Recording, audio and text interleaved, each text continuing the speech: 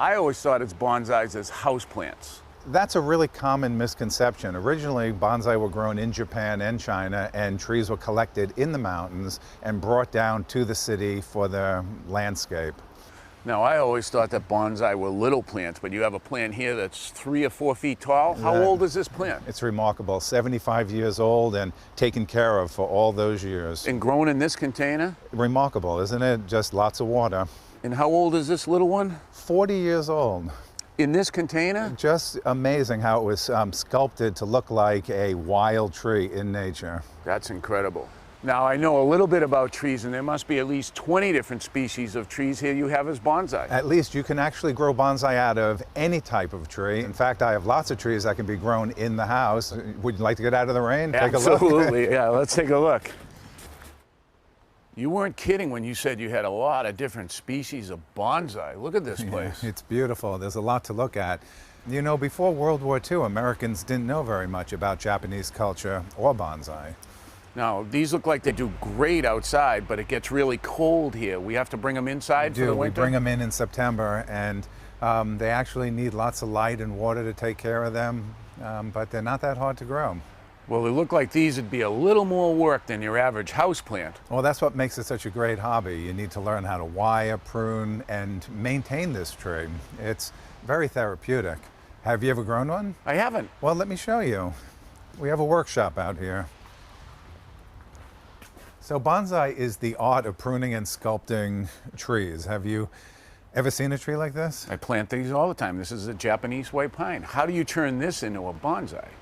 Like I told you earlier, bonsai is a hobby and an art, and so it's up to the individual artist to create a beautiful tree. And so in the pruning process, I'm going to teach you how to create a beautiful tree out of this. And the first step is actually finding the front and then finding the height. The Japanese have given us the rules, and now we just need to learn how to apply them. A trunk to height ratio is the first step in getting the right proportions in growing a bonsai. So what do you want that to be? Well, you actually want it to be, believe it or not, about 6 times the height of the trunk, but you don't need to be that technical. So these are the tools I use, Roger, for creating my bonsai. This is a concave cutter, a bonsai shear, a pair of wire cutters, and a root rake. They're a lot like the tools I use in landscaping, only on a much smaller scale. And they're highly specialized, but you can get by, quite frankly, with just a good pair of shears. I'm going to use my concave cutter to snip it right here. Take the top right off this tree. What do you think of that? That's a pretty drastic cut. Well, you know, in your world, you're trying to grow trees to become big landscape trees. But in bonsai, we're trying to make a more miniature version of the outdoor natural form. So what's our next step? Well, the next step is finding the branches. So there's a first branch that we need to find, and that's usually the lowest and most powerful dominant branch at the bottom of the tree. Next, I pluck the needles off to prepare the tree for wiring and thinning the branches out. I start at the top and I work my way down to the bottom. Branch selection is very important. I've pruned out some of the smaller branches to simplify the overall effect of the tree.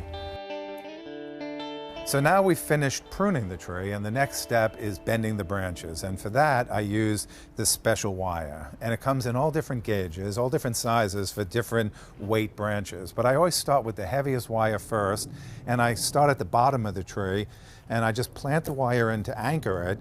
And then in very neat coils, I wrap the the around the trunk of the tree, and this is what's going to ensure, solid grip and will allow me to bend the tree into shape, right up to the top.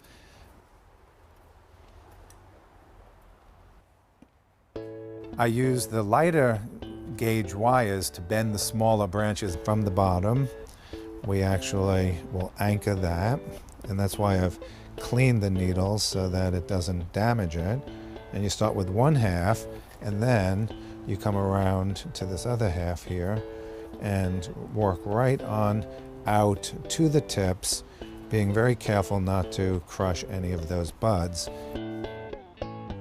All right, the tree's been wired. Well, in my world, the sign of a healthy tree is when the branches come out and grow up nice and tall. I realize that, and in bonsai it's the complete opposite because we're trying to make the look of an ancient tree in nature. And think about a tree on top of a mountain that's been windswept and beaten up by snow and just forced into these somewhat contorted but also very beautiful angles. So you see how by bringing the branches down, I'm actually mimicking and creating the look of an ancient tree. And the wire just holds them right in place? It does, and the wire stays on for about a year, and then you cut the wire off before it cuts in. But yes, it's almost like braces on your teeth in that the wire holds the branch in place. All right, it's time to repot this plant. You're telling me you're going to get that plant in that big pot in this shallow container? And I'm going to do it without damaging the roots and keeping the tree healthy, and it's going to be beautiful. It's an important part of the whole bonsai process. I got to see that. Roger, this always looks a little bit more aggressive than it actually is, but I rake the roots out starting at the bottom.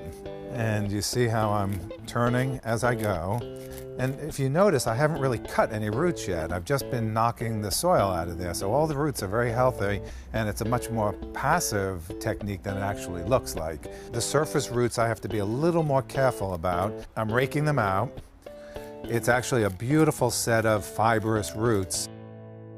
We want to spread these roots out so that they're all spread flat, but again, not cut and damaged, so that you have very, very healthy root mass.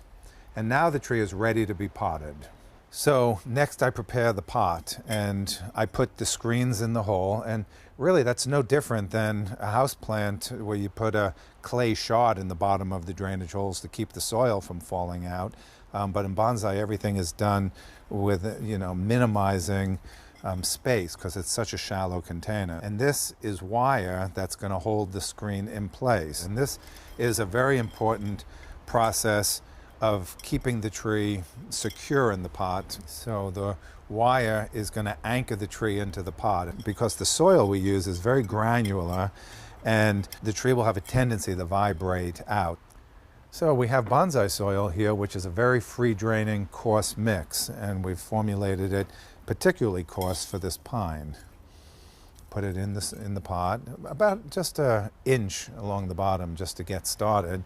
And then the positioning of the tree in the pot is usually about 1/3 off to the side, and with the apex greeting you, almost as if it's bowing forward.